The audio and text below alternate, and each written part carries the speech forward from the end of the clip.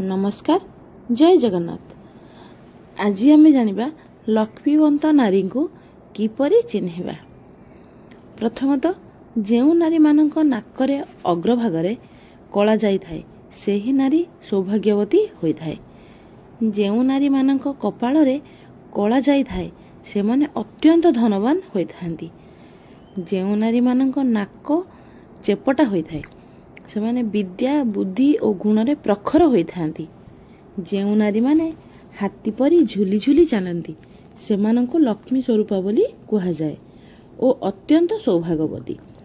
जेउ महिला मानकर पाद चिकण नख तंबालिया रंगर होई थाए, पाद तले माछ अंकुश और चक्र थिन थिबार देखा जाए से मानकु साक्षात लक्ष्मी स्वरूप बोली आमे कहि थाउ।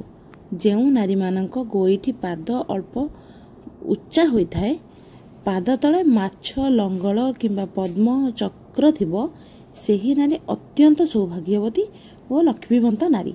जेउ नारीर केश सुंदर घन कला कुंचु कुंचिया होइथिबो सेही नारी माने अत्यंत सौभाग्यवती होई थांती।